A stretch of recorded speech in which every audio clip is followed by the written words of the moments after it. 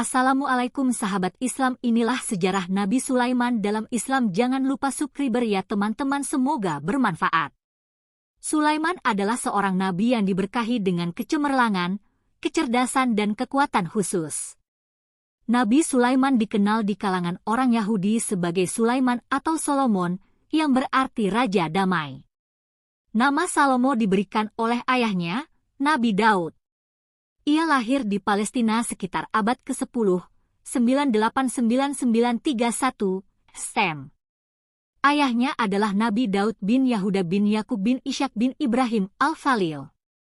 Nabi Sulaiman adalah anak kedua yang lahir dari salah satu istri Nabi Daud yang bernama Batsheba binti Eliam. Nabi Sulaiman adalah seorang raja Yahudi yang sangat bijaksana dan kaumnya disebut sebagai anak-anak Israel. Al-Quran dan Alkitab menyebutkan bahwa Nabi Sulaiman dipilih sebagai putra mahkota yang sengaja disiapkan oleh Nabi Daud sejak usia 11 tahun untuk menjadi raja. Kemudian Nabi Sulaiman menjadi raja pada usia yang sangat muda. Nabi Sulaiman menjadi raja sejak usia 13 tahun.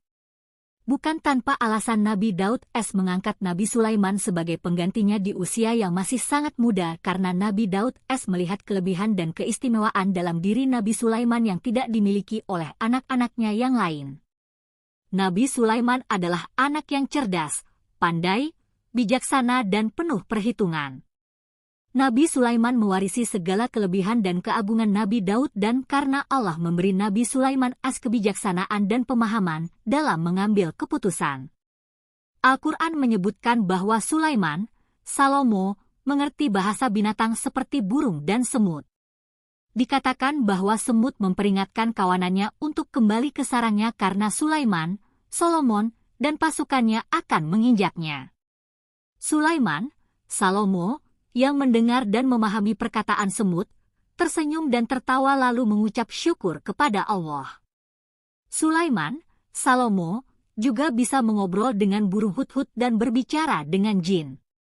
Sulaiman, Solomon, juga dikatakan telah mengumpulkan pasukannya yang terdiri dari manusia, jin dan burung, memerintahkan hudhud untuk menyampaikan pesan dan menguping pembicaraan orang, menangkap setan dan memerintahkan mereka untuk membangun dan menyelam, mencairkan tembaga, memerintahkan bangsa jin untuk membuat hal yang dikehendaki Sulaiman, Salomo, untuk membangunnya, apa yang dia inginkan, seperti gedung tinggi, patung dan ubin ukuran kolam. Al-Quran menyebutkan bahwa tidak ada yang tahu tentang kematian Sulaiman, Salomo, sampai rayap merusak penopangnya dan menyebabkan tubuh Sulaiman, Salomo, jatuh. Para ulama melaporkan bahwa Salomo, meninggal saat berada di rumah ibadah, sedangkan jin yang bekerja untuknya keluar masuk rumah ibadah tersebut. Ketika tubuh Salomo jatuh, mereka segera keluar dan memberitahu orang-orang bahwa Salomo sudah mati. Pernyataan lain mengatakan bahwa jin segera lari dari tugasnya. Beberapa ulama mengatakan Sulaiman, Salomo, meninggal ketika dia berusia di atas 50 tahun, beberapa ulama mengatakan dia berusia 52 tahun.